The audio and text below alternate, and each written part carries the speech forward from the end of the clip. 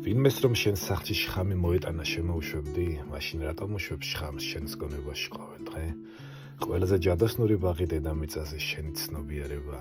წარმოიდგინე ბაღს სული ასუფთავებ რწყავ, ამუშავების ყვავის, თუ მიატოვებ სარეველა დაფარავს ყველაფერს. ჩვენ კი რას ვაკეთებთ? ჩვენ თვითონ შეგვაქვს შხამი ჩვენს გონებაში, სტრესი, წარსულზე დარდი, მომავლის შიში, უაზრო წიხწუხილი. იცოდი რომ ადამიანი დღეში დაახლოებით 60,000 აზრს ფიქრობს და მათგან 95% გუშინდელია. იგივე შიში, იგივე ფიქრი, იგივე ტყვეობა. შენი ენერგია არ იკარგება, იმიტომ რომ სუსტი ხარ, ის იწვება წარსულზე წუხილში. ბრძენება იცოდნენ ერთი რამ, ჩვენ ვერ ვაკონტროლებთ მოვლენებს, მაგრამ სრულად ვაკონტროლებთ ჩვენს დამოკიდებულებას მათ მიმართ. და სწორედ აქ იწყება ნამდვილი ძალა. შენი გონება ბაღია. დღეს რას დათესავ, შხამს თუ ყვავილს?